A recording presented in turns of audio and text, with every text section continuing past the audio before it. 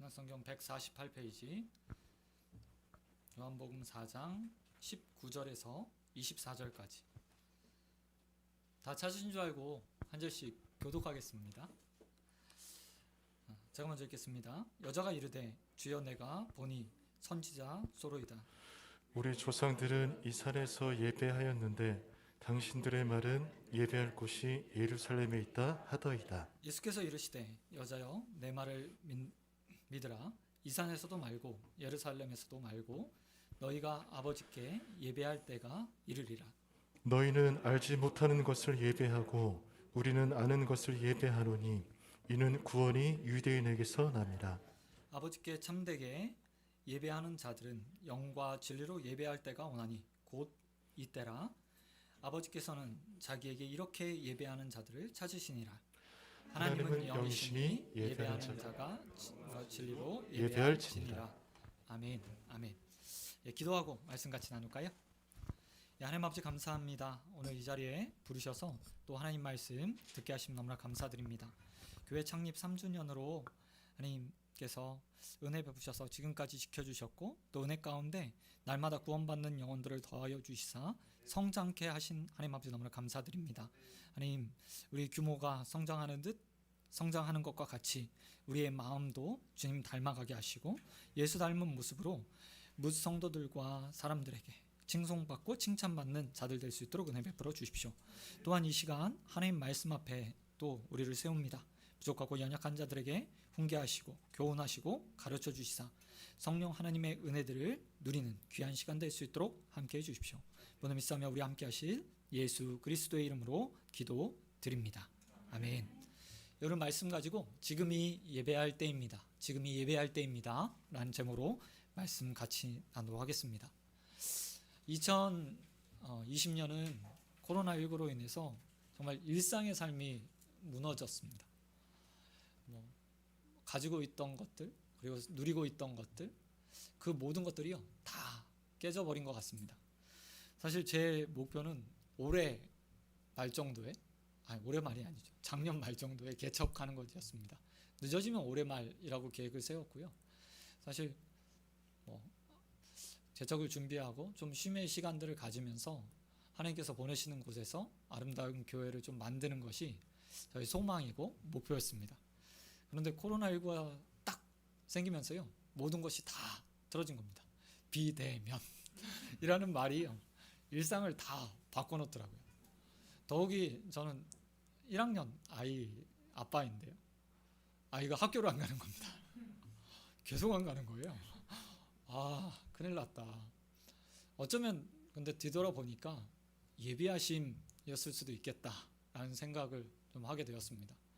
아이들 와이프는 출근을 하고 아이들을 매일같이 이제 있으면서 밥 해주고 아이들과 공부하고 돌보는 것 1학년 아이기 때문에 더 돌봄의 시간들이 필요하잖아요. 그런데 사역을 하고 있었으면 아마 좀 힘들었을 것 같습니다. 그런데 딱 때마침 쉼의 시간들을 주셔서요 아이들과 함께 보낼 수 있는 시간들을 갖고 아이들과 이렇게 시간들을 보낼 수 있게 하나님께서 만들어 주신 것 아닌가라는 생각을 해보게 되었습니다.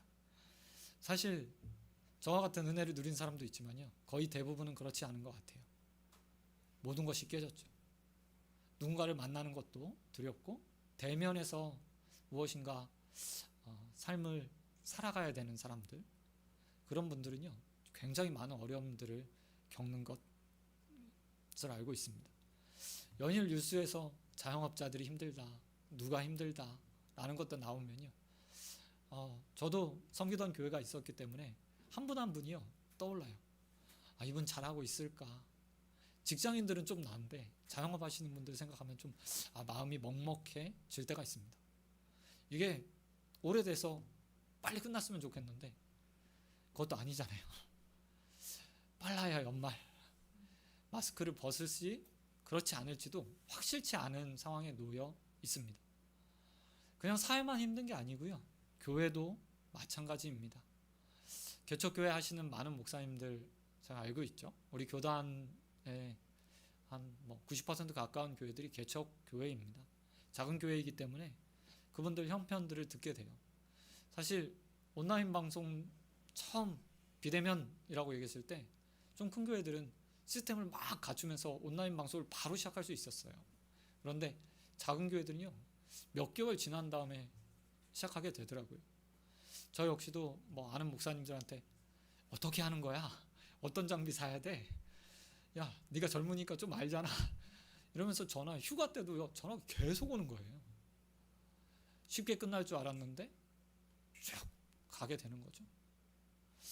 교회들이 어려워지고 특별히 가장 어려웠던 거는 현장에서 예배 드리지 못한다는 것. 이게 굉장히 큰 어려움이었던 것 같습니다. 단순히 세상 사람들이 말하는 것처럼 헌금이 적게 거쳐지기 때문에? 아니요, 그건 모르는 거죠. 우리가 신앙을 어떻게 생각하고 예배를 어떻게 생각하는지 모르는 사람들이 하는 이야기고요. 같이 모여서 공동체가 한 마음으로 예배하고 기도하고 찬양하고 교제하고 누리던 그 기쁨들에 대해서 전혀 모르기 때문에 그런 얘기를 하는 거예요. 성도들 마음이 얼마나 힘들고 어렵습니까? 예배 드리지 못한다는 것, 한 장소에 모여서 함께 전에처럼 찬양하지 못한다는 것, 기도하지 못한다는 것, 그것이 얼마나 어렵고 힘든 일인지 목회자로서 한 사람의 성도로서요, 저도 느끼고 또 마음 아픈 일입니다. 그럼에도 불구하고 교회는 국가가 원하는 방역의 수칙에 따라서요, 예배하고 또 그 가운데 우리가 할 수 있는 것들을 찾아서요, 더 많은 사람들이 함께 예배할 수 있는 일들을 만들어내고 있습니다. 저는요, 더욱더 이 시대에 이런 일들이요, 더 풍성해져야 된다고 생각해요. 사실 어떤 개척교회 목사님이 이렇게 말씀하셨습니다. 우리는 장비 갖추지 못해서, 우리는 그거 해줄 사람이 없어서 그냥 성도들한테 어느 교회 사이트 들어가서 예배 드리라고 했어.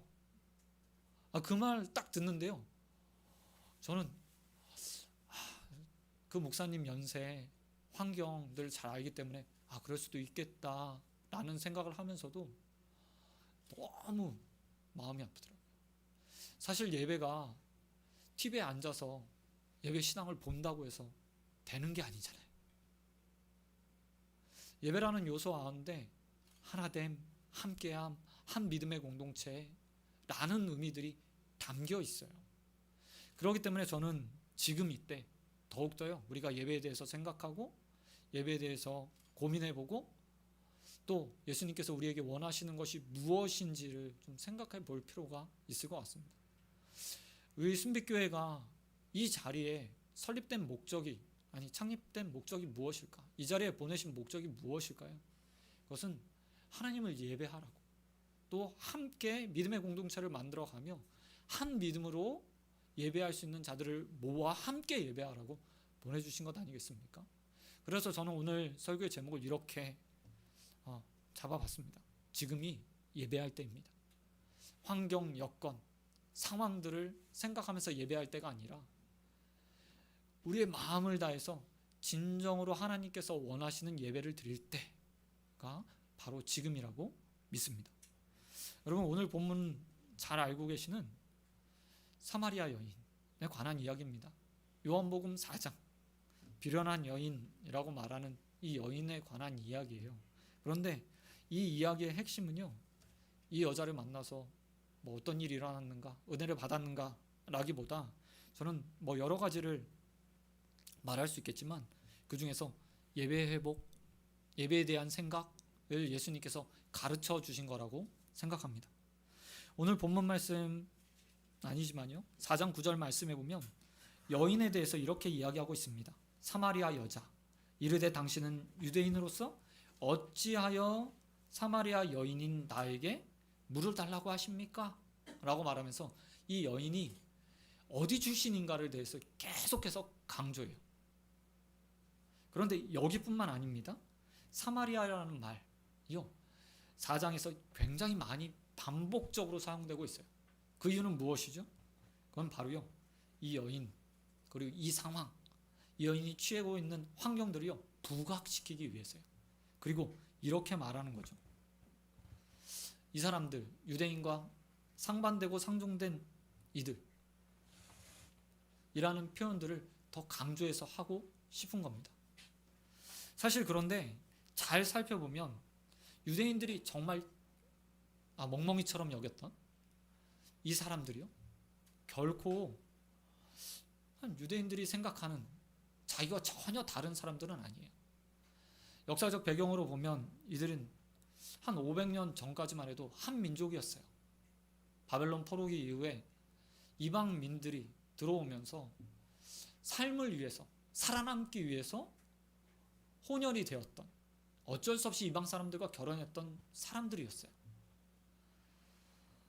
그리고 나서 500년 후에, 바벨론 포로가 끝난 후에요, 이 사람들이 손가락질 받기 시작하는 겁니다.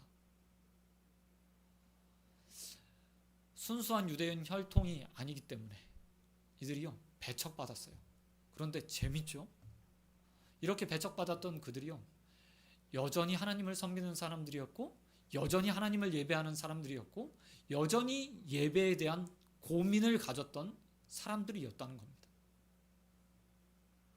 여러분 잘 보시기 바랍니다. 본문 20절 말씀 보세요. 이렇게 이야기하고 있어요.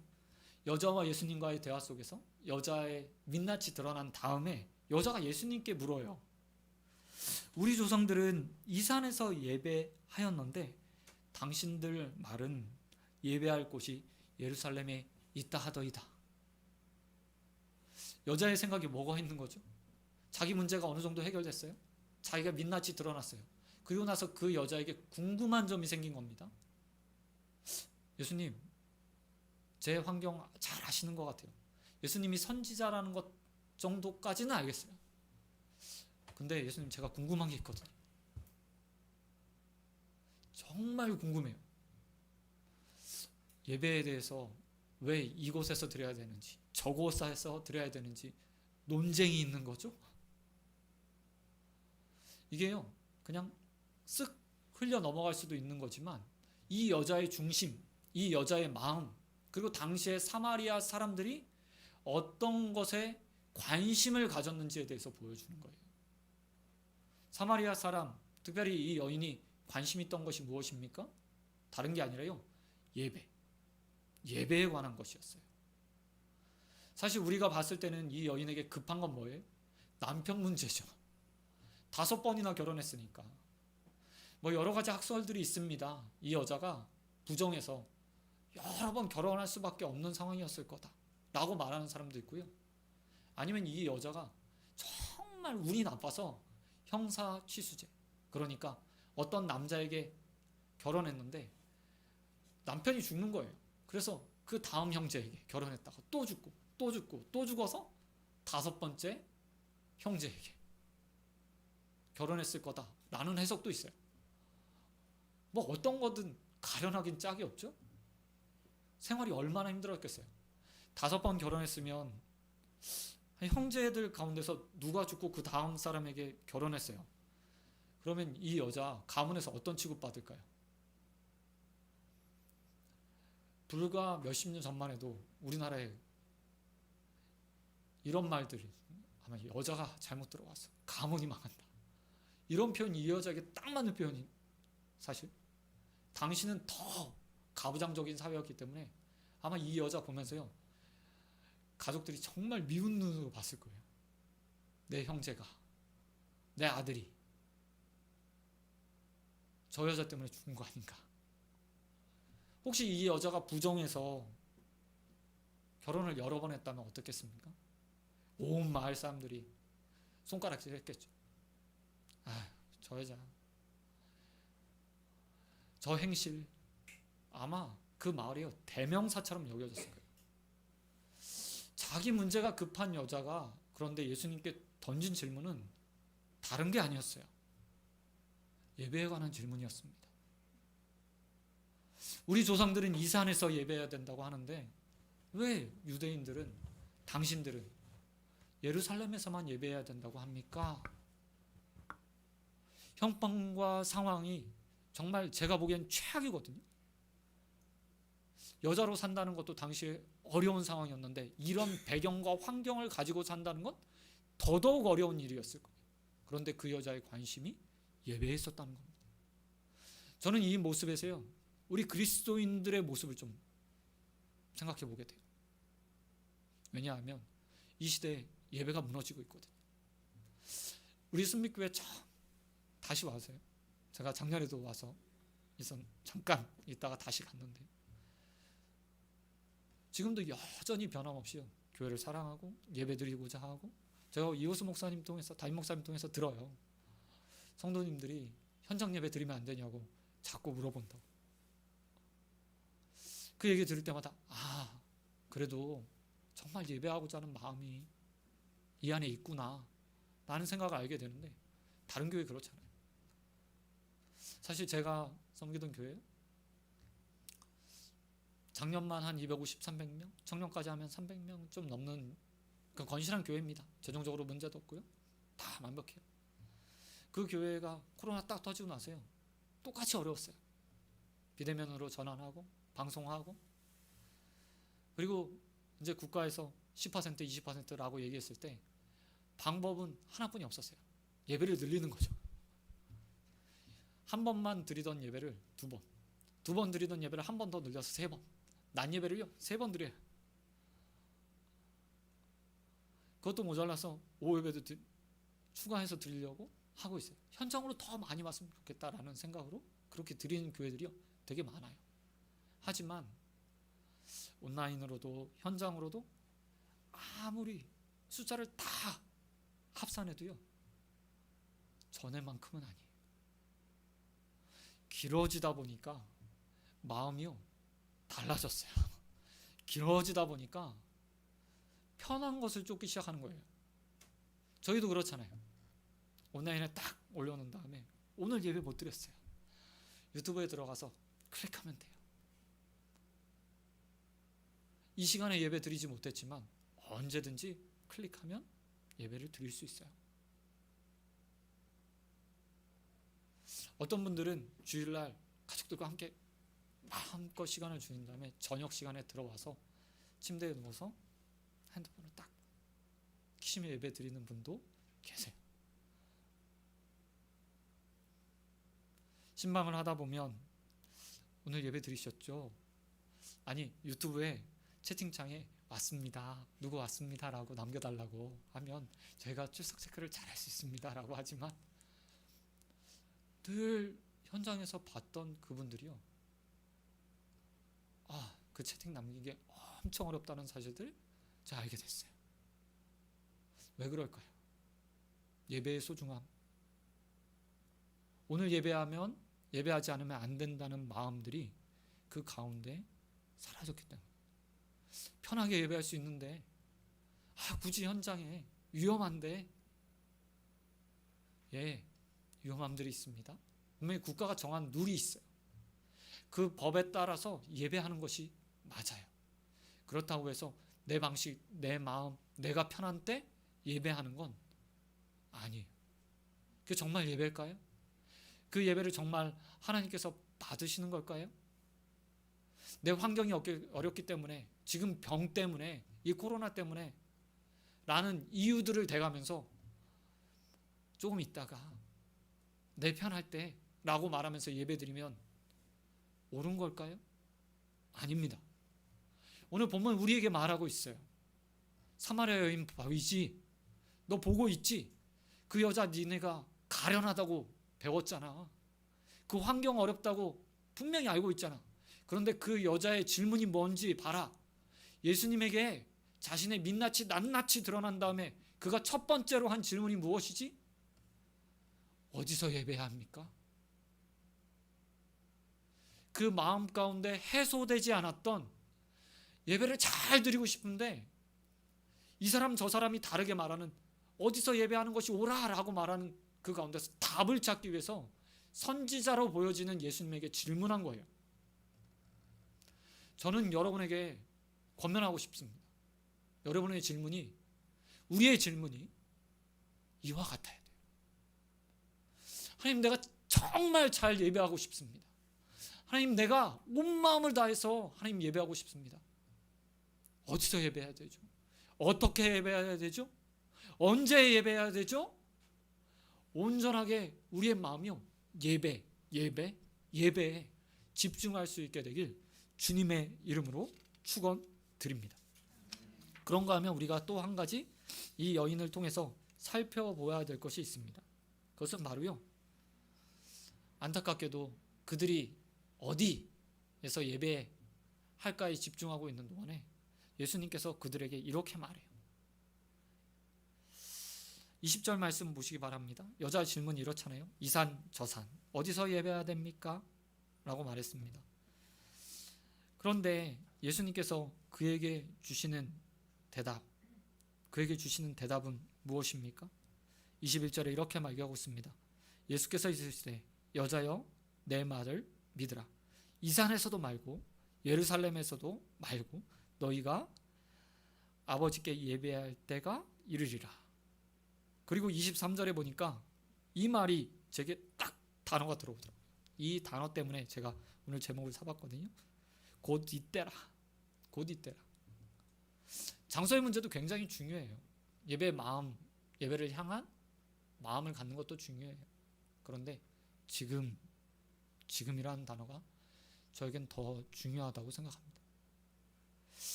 제가 섬기던 교회 목사님과 이호수 목사님과 공통점이 있다면 설교를 길게 한다는 거예요. 그런데 이렇게 길게 하는 이유를 저는 잘 알고 있어요. 저는 항상 담임 목사님들보다 10분 짧게 하는 게 제 목표인데 못하니까 그래야도 은혜가 되죠. 그런데 목사님들이 설교를 길게, 아니 열정을 다해서 마음을 다해서 하는 이유가 있어요. 왜냐하면 지금 이때가 아니면, 오늘 이 시간이 아니면 우리가 더 이상 하나님 말씀을 들을 수 없고 더 이상 예배할 수 없는 때가 올 수 있다고 생각하기 때문입니다. 사실 우리의 연수를 우리가 어떻게 가늠하겠어요? 우리가 나는 알고 있지만 가는 날은 아무도 몰라요. 이런 얘기하면 싫어하실 분 많겠지만 제가 먼저 갈지, 더 연세 많으신 분들이 가실지, 아니면 제 아이가 저보다 먼저 갈지 아무도 몰라요. 우리는 1분 1초 뒤의 일들을요 가늠할 수 없어요. 사실 아침에 일어나서 누구나 다 계획을 세워요. 제가 자취할 때 함께 살았던 친구가 있는데요. 그 친구가 아침에 1시간씩 샤워를 해요. 그러면서 뭐 하냐고 물어봤거든요. 저는 그렇게 길게 안 해서. 그랬더니 하루 계획을 다 세운대요. 샤워를 하면서. 오늘은 뭐 하고 누구를 만나고 어떤 일들을 하고 어떤 숙제를 하고. 근데 그게요 굉장히 좋아 보였는데 말씀을 연구하고 또 성경을 읽다 보니까 허무주의에 빠져서 그런 게 아니라 이런 생각이 드는 거예요. 과연 누가 장담할 수 있을까? 주님께서 나의 인생에 언제 부르실지에 대해서 누가 장담할 수 있을까? 라는 생각이 들더라고요. 우리는 우리가 건강할 거라고 생각합니다. 우리가 오늘 안전하게 오늘 하루 삶 마감할 거라고 생각합니다. 또 내일 아침에 정상적으로 눈을 떠서 일상을 살 거라고 생각해요. 하지만 저는 마르바돈이라는 학자가 이야기하는 것처럼 하루에 잠을 자는 것은 죽음을 연습하는 것과 같다고 생각해요. 매일 죽음을 연습하는 거예요. 그리고 아침에 일어나서 새 생명 주신 하나님 앞에 감사하는 거거든요. 하지만 그 잠에 못 깰 수도 있어요. 그래서 설교자들은 오늘 말씀을 듣는 자들이 하나님의 마지막 말씀, 그리고 나에게 주시는 마지막 기회의 말씀, 회개할 수 있는 기회의 말씀을 듣는다고 생각하고 말씀을 전해요. 그래서 1분 1초가요 아까워요. 조금 더 길게 하나님 말씀을 전하고 싶은 마음이 있는 거예요. 은혜를 누렸으면 좋겠고 그 가운데 정말 돌이킴이 하나님을 향한 온전한 회개가 있었으면 좋겠다는 마음으로 하나님 말씀을 단 1분이라도 더 전하고 싶은 거죠. 근데 설교자만 이런 마음을 가지면 되나요? 아니에요. 곧 이때라. 지금이다. 라는 주님의 말씀을 기억하면서 예배할 때가 지금이구나. 오늘이구나. 이 시간이구나.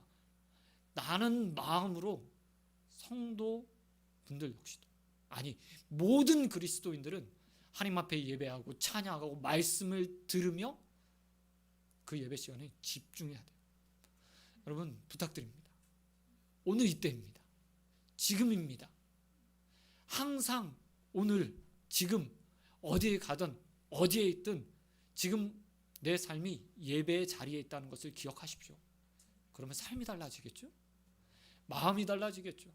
하나님 앞에 서 있는데 일상을 살면서 헛되이 살겠습니까? 그렇지 않을 거예요. 여러분 언제나 마음 가운데 곧 이때 지금 예배해야 됩니다 라는 사실들을 기억하게 되길 주님의 이름으로 축원드립니다. 그런 건 마지막으로 일찍 끝나겠죠. 마지막으로 오늘 주시는 말씀에서 생각해 볼 것이 있습니다.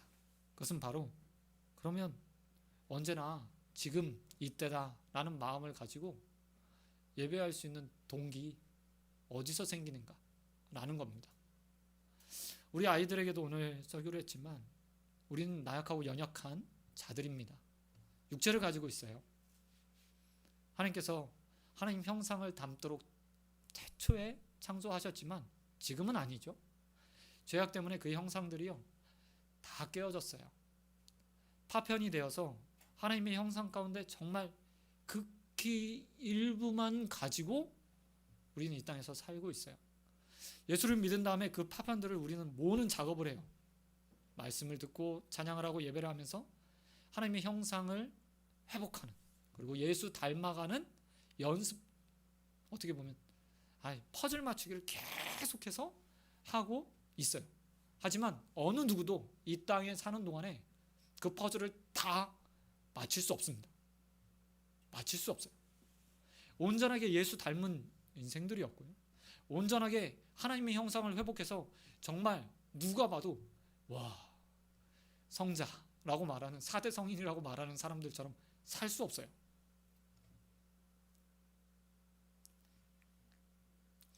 그러나 그 가운데요 우리가 조금 더 빨리 예수를 닮아가고 하나님의 형상을 회복할 수 있는 방법을 하나님께서 우리에게 주셨어요.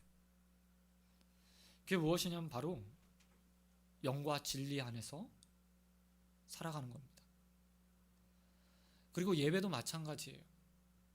우리가 난 지금 예배해야 되니까 예배자로서 오늘 하루 삶을 살겠지 라고 결심해서 되는 게 아니라 영과 진리 안에서 그 모든 것이 이루어지게 됩니다. 오늘 본문 말씀 보시기 바랍니다. 23절에 이렇게 말하고 있어요. 예수님께서 여자에게 말하죠. 아버지께 참되게 예배하는 자들은 영과 진리로 예배할 때가 오나니 곧 이때라. 그냥 예배하는 게 아니고 영과 진리로 예배해야 돼. 그리고 그때가 지금이야. 그리고 아버지께서는 그렇게 예배하는 자, 영과 진리 안에서 예배하는 자들의 예배를 받으신다. 그런 사람들을 찾으신다 라고 말하면서 우리의 예배가, 우리의 일상이 영과 진리로 가득해야 됨을 이야기하고 있습니다. 이 영이라는 단어는 무엇인지 알고 계시죠? 바로 성령입니다. 진리는 예수 그리스도입니다. 영과 진리, 성령과 예수 그리스도 예배하는 것, 그것이 우리의 인생의 답이라고 이야기하고 계십니다.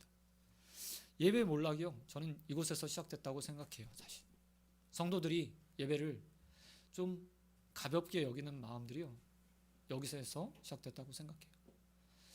분명히 예수를 믿는과 동시에 성령 하나님을 우리 안에 내주하게 해주셨는데 그 성령 하나님의 음성이요 우리가 귀 기울이지 않아요.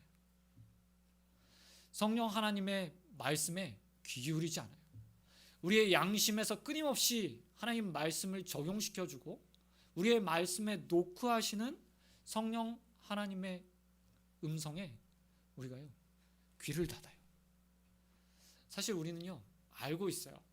내가 어떤 행동을 할 때 성령 하나님께서 양심에 꺼리낌을 주거든요.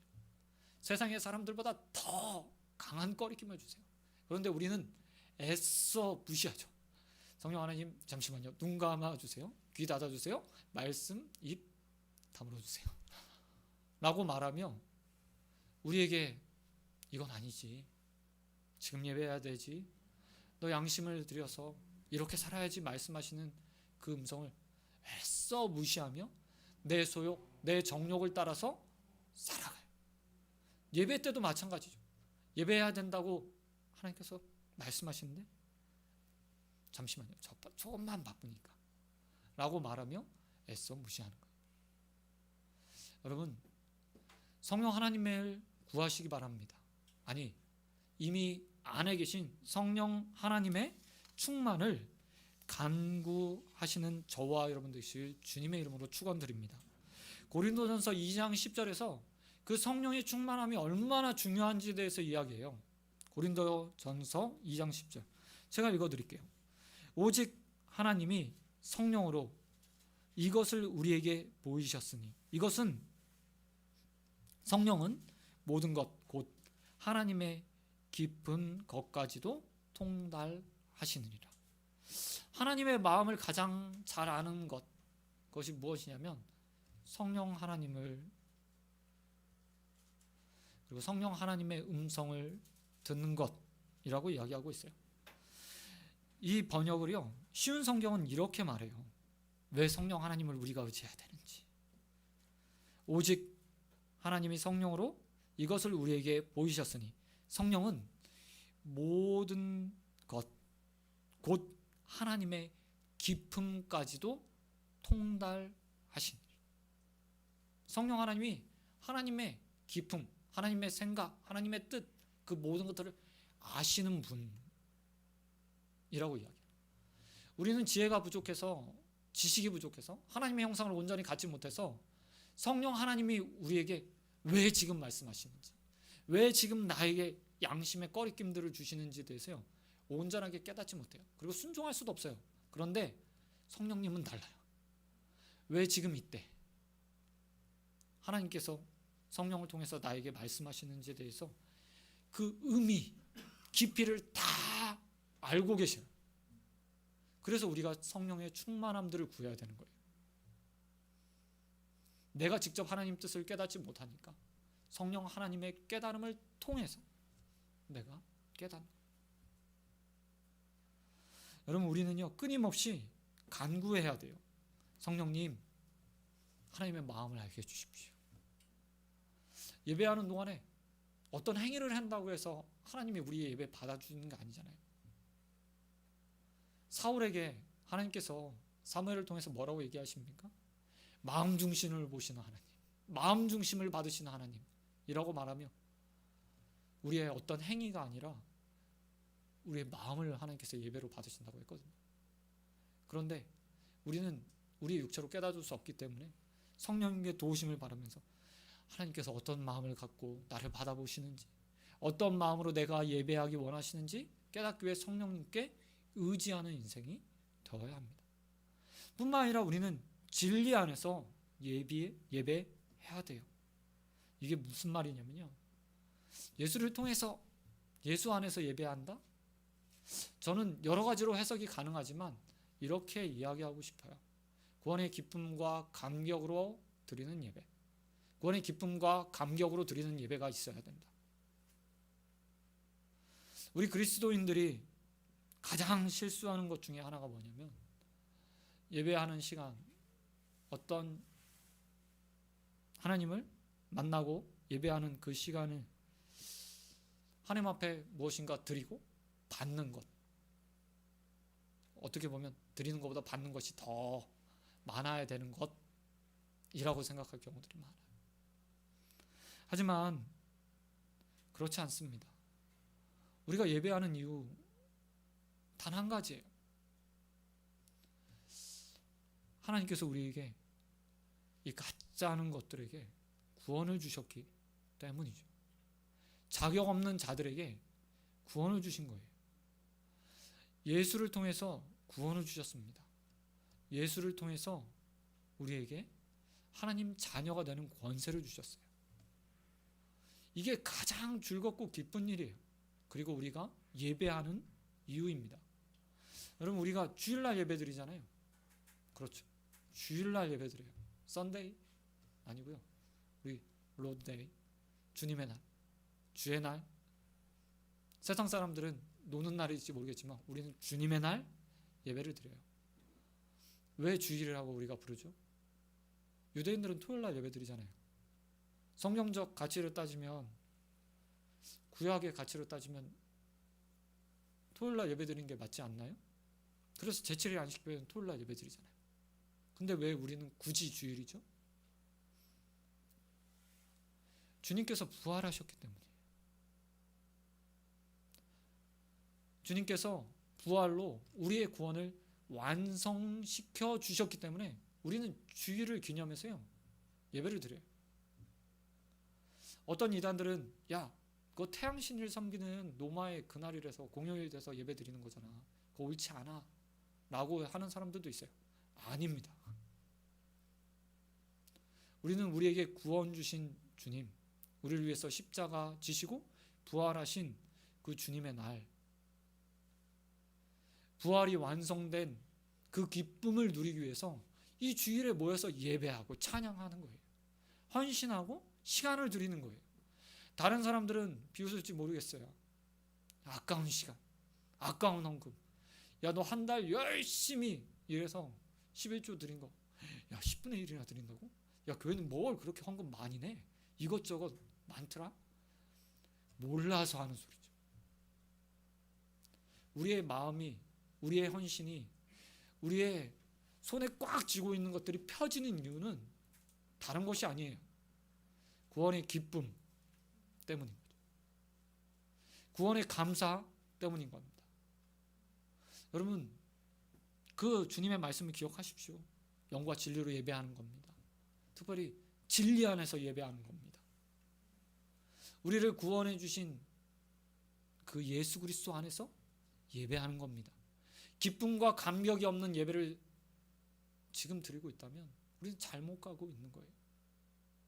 여러분, 언제나 예배의 자리에서 주님을 기억하고 주님이 주신 구원과 기쁨에 감사하고 또 우리의 죄를 위해서 십자가 지신 그 주님의 희생을 기억하면서 매일매일 하나님 앞에 기쁨으로 예배드리게 되는 저와 여러분 되길 주님의 이름으로 축원드립니다. 말씀 맺도록 하겠습니다. 사실 순빛교회 성도들에게요, 지금 예배할 때입니다 라는 제목들은 어쩌면 어울리지 않는 것일지도 모르겠어요. 비록 세상의 기준에서는 작은 교회일지 모르겠지만 제가 듣고 보고 경험하는 예배에 대한 열정, 교회 사랑하는 마음, 하나님을 예배하고자 하는 마음들이요, 어떤 교회와 비교할 수 없는 것 같아요. 하나의 공교회로서 정말요 아름답게 하나님 앞에 드려지고 있어요. 지난 3년도 그렇기 때문에 여기까지 올 수 있었을 거라고 믿어요. 여기가 끝이 아니죠. 이제부터 또 4년차 4주년을 향해서 또 나아가요. 하나님께서 어떤 은혜들을 주실지 모르겠습니다. 그러나 하나님께서 은혜 주시기 전에요, 저희에게 이렇게 묻고 계신 것 같아요. 너의 관심은 어디에 있니? 이 코로나 시대에, 이 어려운 시대에 먹고 사는 것에 관심 있니? 너의 문제에 관심 있니? 오늘 사마리아 여인을 통해서 우리에게 질문하고 계세요. 여러분, 정말 우리보다 못했던 삶을 살았던 그 여인도 그의 관심이 예배에 있었어요. 우리도 예배에, 하나님을 경배하는 일에, 하나님을 찬양하는 일에, 하나님과 교제하며 기도하는 그 시간에 온전하게 관심 갖게 되길 주님의 이름으로 축원드립니다. 뿐만 아니라 여러분 기억하십시오. 지금이 예배할 때입니다. 오늘이 마지막처럼 예배하세요. 우리의 인생의 끝에, 아니 주님 내일 오신다는 마음으로 오늘 예배하세요. 우리 믿음의 선배들이요, 저희 이 찬양 다 보는데 서쪽 노을, 붉은 노을 서쪽 하늘, 영문 밖에 계신 주님.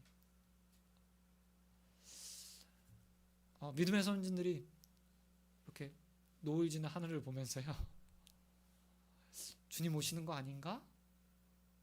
라는 마음으로 노을을 바라보면서 찬양을 이렇게 썼어요. 언제부턴가 우리는 주님 오심 마라나타, 초대교회가 가졌던 구호, 주님 어서 오십시오 라는 구호들을 잃어버린 채 주님 잠시만요, 내가 조금 더 좋은 차 타고 내 자녀들이 좋은 대학 가고 좋은 남편 만나서 결혼하고 좋은 것 누리게 될 때쯤, 제가 조금 더 건강해서 더 많은 것들을 하고 난 후에, 주님 제가 더 하나님을 위해서 봉사한 후에, 그 말도 좋지만 아니요, 주님은 언제 와도 이상하지 않고 언제나 우리의 삶은 정말 막바지에 와 있어요. 그렇기 때문에 오늘 예배해야 돼요. 오늘 헌신해야 돼요. 오늘 교회가 교회되게, 예배가 예배되게 하늘에 쓰임받아야 돼요. 오늘 하루도 그렇게 한 날을 보내게 되길 주님의 이름으로 축원드립니다. 마지막으로 여러분, 성령과 진리 안에서 예배하십시오. 우리가 할 수 없기에 성령 하나님의 도우심을 구하며 예배해야 돼요. 하나님의 깊은 뜻을 모두 다 알고 계신 성령 하나님 뿐만 아니라 우리에게 능력을 주실 수 있는 성령 하나님의 도우심 안에서 우리의 삶의 변화가 말씀을 깨닫게 하신 성령 하나님에게 달려 있음을 믿고 언제나 성령 하나님을 구하며 성령 안에서 예배해야 돼요. 또한 진리 안에서 기쁨으로 예배하십시오.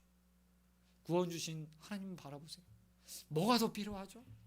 예, 좋은 차, 좋은 집, 더 넓은 평수, 더 많은 돈이 실질적으로 우리의 삶에서 필요합니다. 하지만 하나님께서 주실 수 있는 최고의 것이 이미 우리에게 주어졌어요. 그걸 생각하면 사실 우리는 더 달라고 말하기엔 염치 없는 거죠. 하지만 자비하신 하나님께서 다 들어주시잖아요. 필요하시면 채워주시잖아요. 그러니 그 하나님 믿고요, 더 감사했으면 좋겠어요. 더 기뻐했으면 좋겠어요. 예배하는 이 시간이, 성도를 만나는 이 시간이, 하나님 말씀 듣는 이 시간이 정말 즐겁고 기뻐서 우리의 입술에서 하나님을 향한 찬양이 넘쳐나는 일상들이 되어지길 예수 그리스도의 이름으로 축원드립니다. 아멘.